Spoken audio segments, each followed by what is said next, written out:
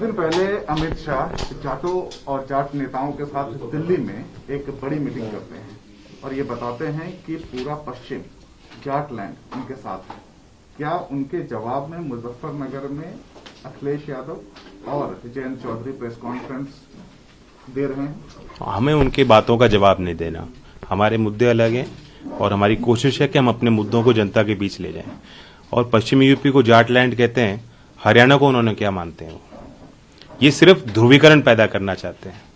जातिगत आधार पर ध्रुवीकरण हो, धार्मिक आधार पर उन्माद फैले, ये उनकी रणनीति है। उनके दिल में कोई हमारे लिए कोई खास जगह नहीं। और मैं तो कह रहा हूं, मुझे आप खुश करके अपील करके क्या हासिल कर रहे हो? हमारे मुद्दों पे आप देखिए, ध्यान दीजिए, किसानों के साथ न्याय कीजिए। लखीमपुर की घटना भी ताजी है। मंत्री जी अभी भी मंत्री बने बैठे हैं और किसानों को गिरफ्तार किया जा रहा है। मुकदमे वापस नहीं लिए गए। एमएसपी के लिए कोई कमेटी नहीं बन पाई। इन इश्यूज पे आप जवाब दीजिए। तो आप लखीमपुर खीरी की बात कर रहे हैं? हाँ जी, टेनी जी अभी भी मंत्री मंडल में है। अभी भी वो बीजेपी में उनको सुशोभित किया जा रहा है, सम्मान दिया जा रहा है। क्यों? नाराजगी उससे है। बीजेपी को इतना कॉन्फिडेंस आता कहां से है कि वो प्रेस कॉन्फ्रेंस करके ये बोल दें कि जयंत चौधरी हैं बीजेपी के आदमी लेकिन गलत घर चले गए?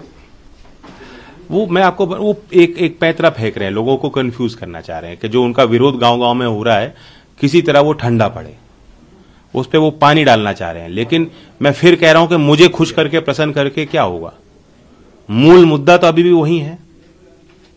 सिर्फ चुनाव की संध्या पे आप चौधरी साहब का नाम ले लोगे, चौधरी चरण सिंह जी का नाम ले लोगे या मेरा नाम ले लोगे, वो काफी नहीं है।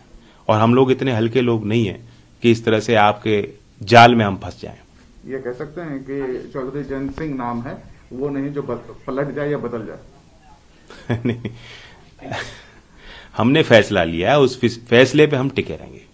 एक आपका बड़ा डायलॉग सा बन गया है जो कि बहुत फेमस हो रहा है यूपी में और पूरे देश भर में। हाँ, कोई चवन्नी अठन्नी नहीं है हम लोग।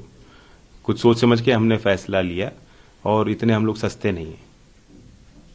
क्या संदेश क्या देना चाहेंगे उन लोगों को जो लोग ध्रुवीकरण करने की कोशिश करते हैं और ये बांटने और की कोशिश करते हैं समाज में कि जाट अलग, मुसलमान अलग और अलग अलग लोग अलग हैं, उसको कैसे आप मैसेज देंगे? मैसेज अपने आप लोग होशियार हैं। ये बात कभी कभी एक आध जगह कुछ ऐसी परिस्थितियां बन जाती हैं, लोग अपने मुद्दों को भूल जाते हैं, बह जाते हैं भावनाओं में।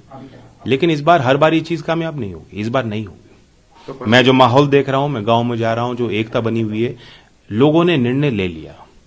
जो हमने संघर्ष किए, जिस तरह से हमने लाठियां खाई, जो भावनाएं लोगों की जुड़ रही हैं, ये रोज इस तरह का माहौल नहीं बनता। कई चुनावों के बाद ऐसा वातावरण मैं देख रहा हूं जो देश के लिए अच्छा है, क्योंकि अब किसान से जुड़े जो मुद्दे हैं उन मसलों पे हम लोग फैसला लेना चाहते हैं और लोग हमें ताकत देना चाहते हैं। क्या कुछ घोषणा करने वाले हैं आज आप दोनों? करेंगे बात, हमारा जो एजेंडा है रखेंगे देश के आगे। धन्यवाद। Can we say this press conference is an answer which has happened in Delhi with the Jat leaders and the Union Home Minister Amit Shah and other Jat leaders? Do you believe that this press conference, joint press conference, is an answer to the central government? Not really. We have planned our program earlier. We don't need to respond to their barbs and their efforts. And I do not view the invitation seriously. It is not a serious invitation. They are trying to create further division. They are trying to isolate the Jats. They keep talking Jat. Paschim UP is not just Jats. RLD is not just Jats. I belong to the community. I have pride in that, in my identity. But at the same time, my politics is not about Jat. They want to isolate the Jats. They want to create an impression that Muslims are not voting for Hindu candidates and Hindu candidates are not accepting Muslim candidates. This is all part of their polarization pitch. Do you believe that your candidate as selected wrongly this time, or are you confident over your candidature? Some things are always difficult to iron out. I am in a position where I have to take these decisions. These are always hard decisions to take. And there is no real criteria. Unlike a professional work environment or a job where you have certain paths of growth. It is very difficult to assess. It's about your emotions, it's about your worker feedback, it's about winnability, it's about the social coalitions that are happening on the ground level.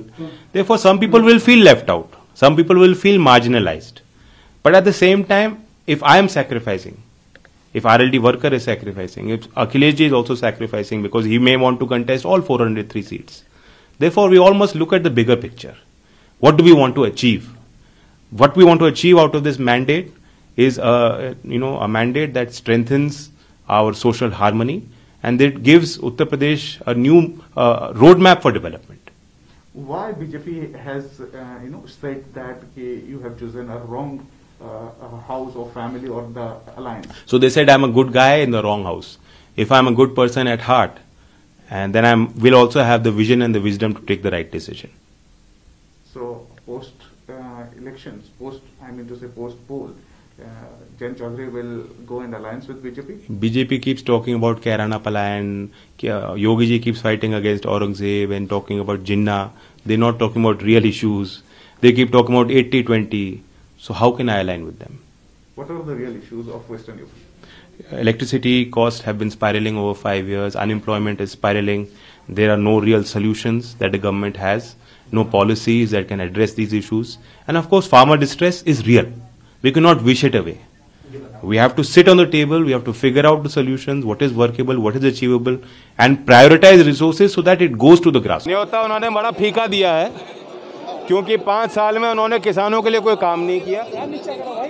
अभी कल परसों ही इलाहाबाद में जिस तरह का बल प्रयोग बिहार में और यूपी में नौजवानों पे हुआ, तो वो कैसे सोच सकते हैं कि इस माहौल में कोई उनके साथ हाथ मिलाना चाहेगा। और हम तो निरंतर हमने संघर्ष किया, सड़क पे रहे, लाठी खाई। विपक्ष की जो भूमिका होती है एक जिम्मेदार विपक्ष की, उसमें लोकदल के हर कार्यकर्ता ने उस जिम्मेदारी को निभाया है। मैं उनके साथ धोखा और दगा कैसे करूँगा?